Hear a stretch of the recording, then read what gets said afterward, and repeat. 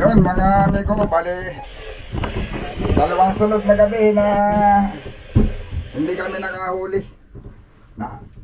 Tapos dalawang araw na di kami dito na nandito sa bayaw, wala pa rin kumain.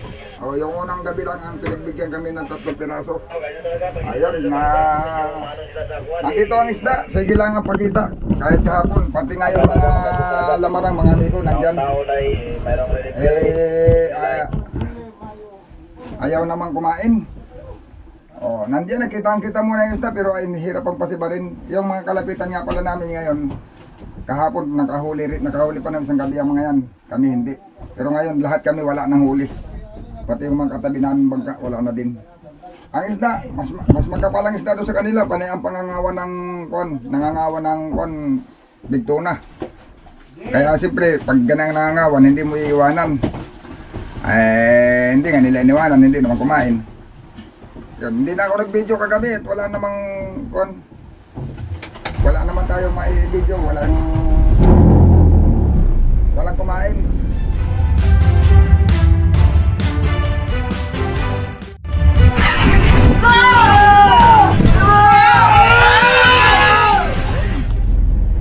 Medyo patabi mga amigo, pag kayo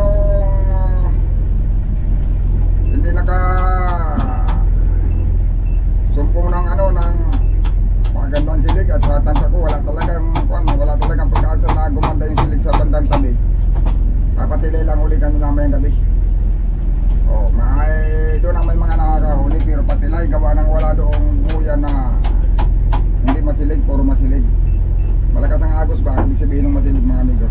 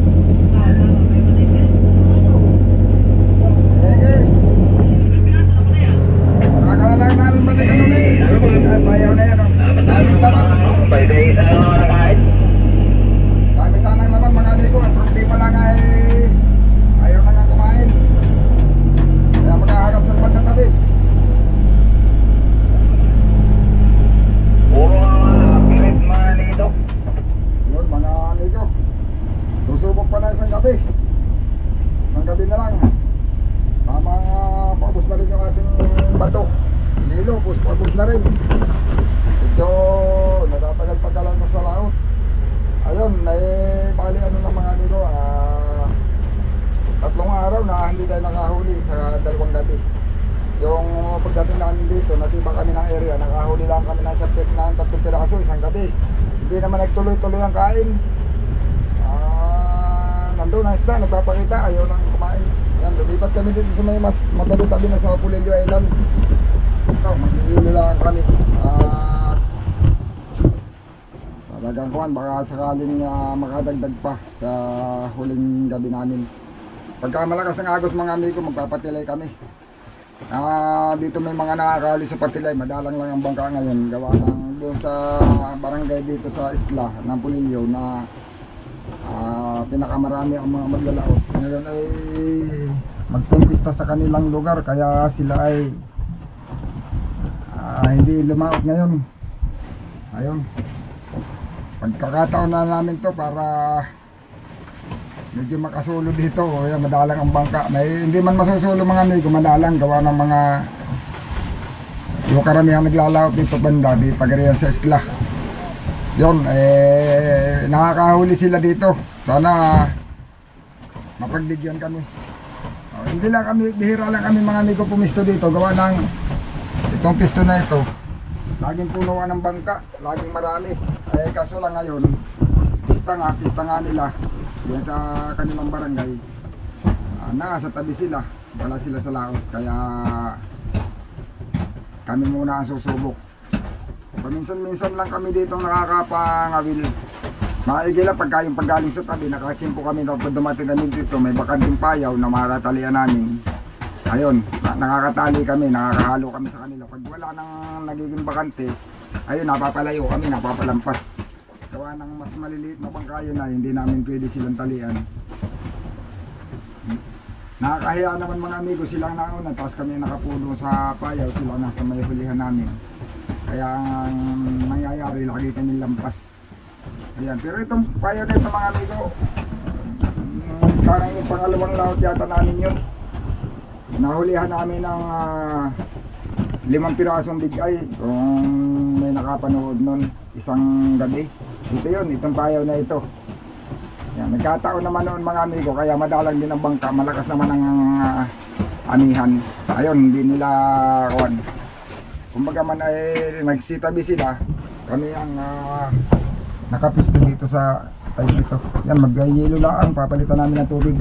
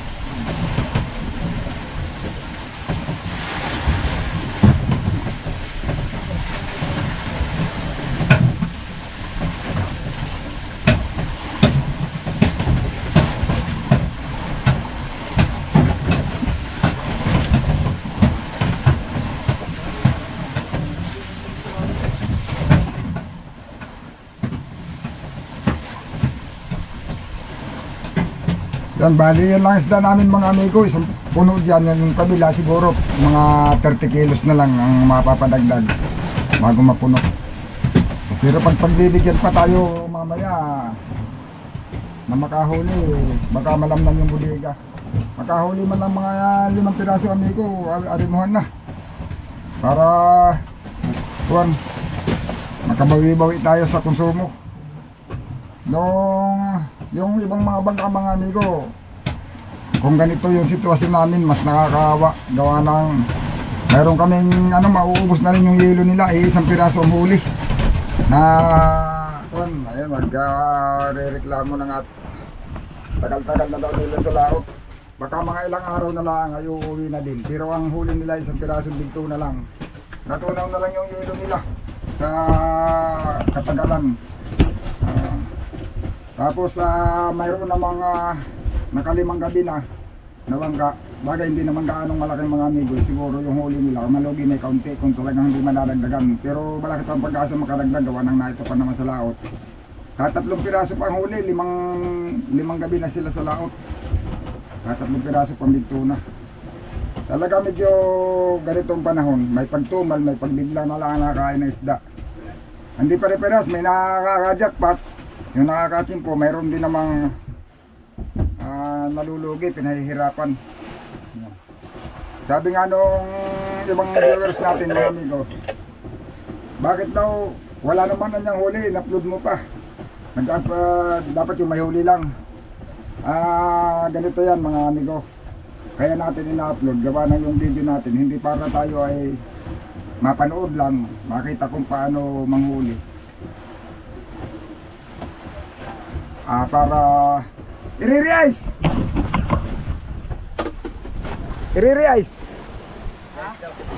din yung isa. Papalitan ng tubig. Oo. Oo, yan. Ayun, ang layo na natin dito, gawa na ibig sabihin, may mga namanunood baga mga amigo na gusto din malaman kung ano ang sitwasyon ng mga mangingisda. Yung maaaring gusto nilang magplano kung na magbangka, di alam nila kung ano yung sitwasyon ng mga mangingisda. Nakaandam sila sa pwedeng mangyari. Kasi sa pangingisda, mayroong jackpot, mayroong din lugi. O dapat may pang-abuno ka kung sakaling malulugi. Dapat tanggap mo yung pagiging, yung minsan nalulugi. Gawa ng ganun talaga. May panahon na ang isda mahinang kumain. Maski nandiyan sila ay mahirap pakainin. Hindi lahat ng magbabangka siniswerte, pero pag sinwerte, okay din. Ang mga magagandang bangka mga amigo dito, kung talagang may puhunan lang dit kaya, ay yung mga malalaki, kaso lang milyon naman ang halaga. Yung mga kumakarga ng 100 bloke pataas, bihirang-bihirang nalulugi yun mga amigo. At saka talagang yun ang najak pa talaga ng maigi. Yun nga lang, pag inaabot ng tumal, halos kulang-kulang 1 buwan na nasa laot bago makauwi. Ganon din yan katagal. Kailangan yung mga makukuha mo mga crew doon, yung mga matsatsaga, yung ari talaga sila ng pangmatagalan.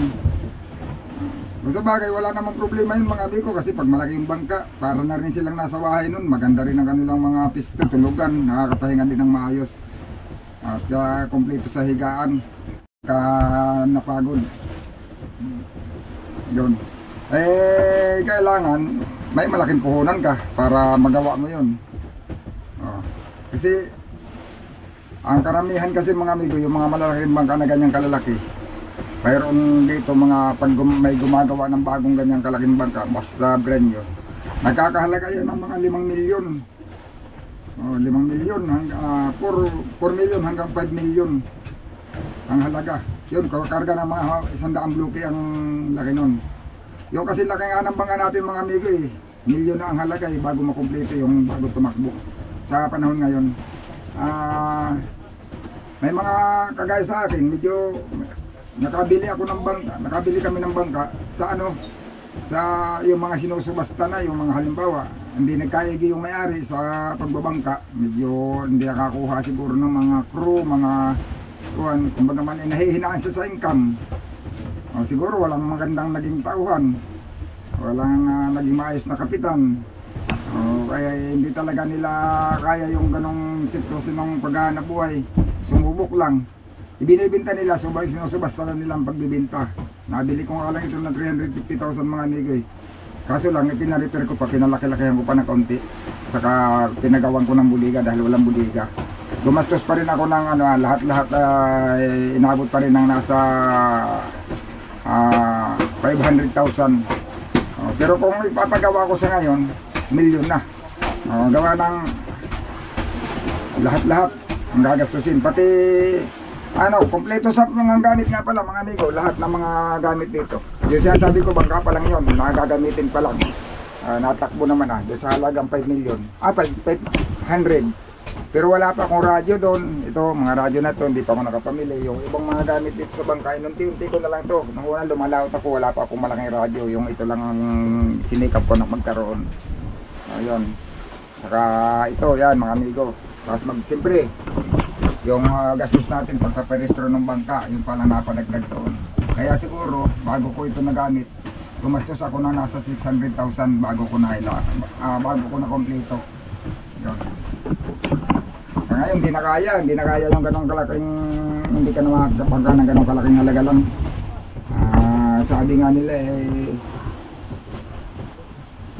mahal daw pag ibinenta na 1,000,000. Pero hindi ko kayang ibenta mga amigo ng 1,000,000 lang. O gawa na, hindi ko naman kaya makapagpagawa na ng ganito kalaking bangka pag 1,000,000 ng pira. Kaya ito, pagtsatsagaan ko na. Yan. Ayan o. Kulang pa na 1 piraso mga amigo. Pag may mga 30 kilo siguro ang laki. Yan. Mailagay pa dyan.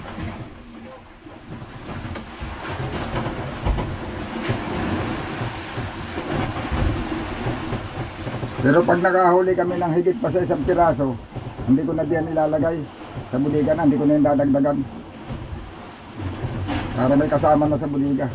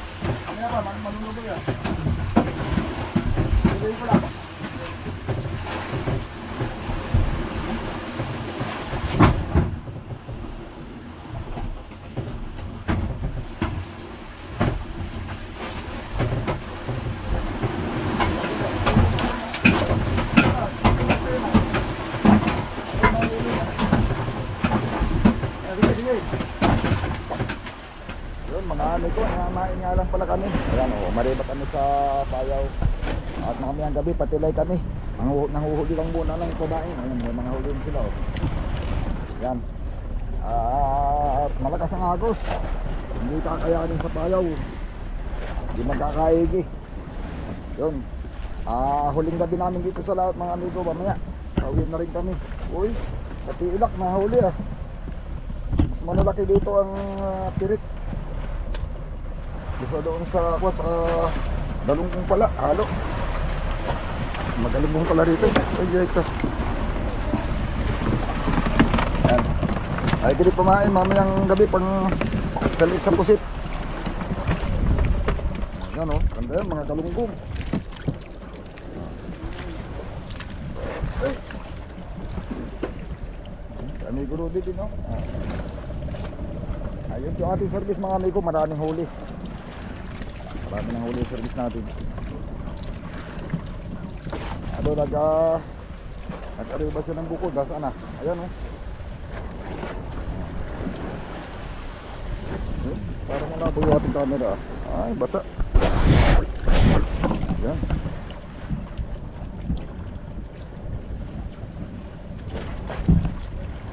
Galunggong pala ito. Layo sa payaw o. Pero galunggong ang nakain.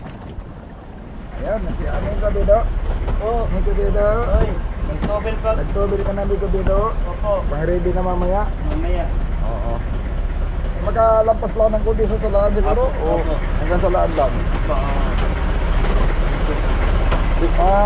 Singaw na yung ating ano ay. Yan, okay siguro yan. Yan. Magkamag na yan. Naawas. Nakawas. Pag naandar. Dati naman hindi kahit puno. Hindi. Ngayon na lang. Yung pumyaka, yung spinner, para na. Mahina na, masama na. O baka yung gasket talaga mismo niya naguma. Yung gasket niya sa kuwan, baka yun ang luwag na.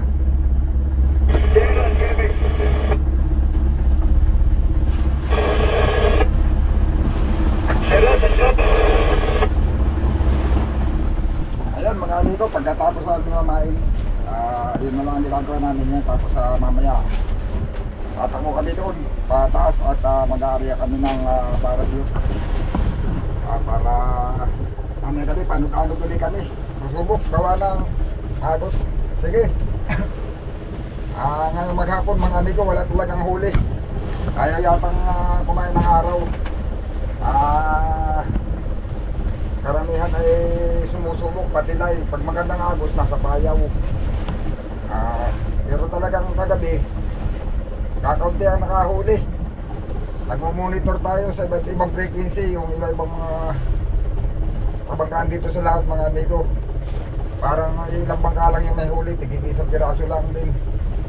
Yun, sa araw naman, kahit pa paano may nakahuli din kanina na monitor natin. Pero dadalawang bangka lang naman. Tapos yung isang lupin pa. Lupin pa talaga ang nahuli. Pag lupin yung mga amigo, pinakamalaki na nun, mga 17 kilos. Ganyan lang kaliliit yun. Saka mas mura yun kaysa sa yellowfin tuna. Yun. Sana makadagdag man lang sa huling gabi,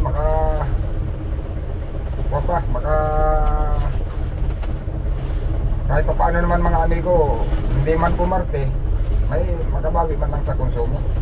Yung talagang ganun ang buhay ngayon mga amigo, ganitong panahon, paswertihan. May ginaman nung nakaraan at ako naman ay kaya lang hindi nakaparte ng malaki-laki noon, gawa ng may lugi na nabawi. At least bawi na yung lugi, wala nang babawiin pa. Kaya lang, mas kukunti ang huli namin ngayon. Pero big tuna naman, sabi nila maganda daw presyo ngayon ng big tuna. Maaari ng maganda, gawa ng madalang, ilan-ilan lang. Maraming lugi ngayon. Yung isang bangka na mahigit na 1 linggo dito sa laot.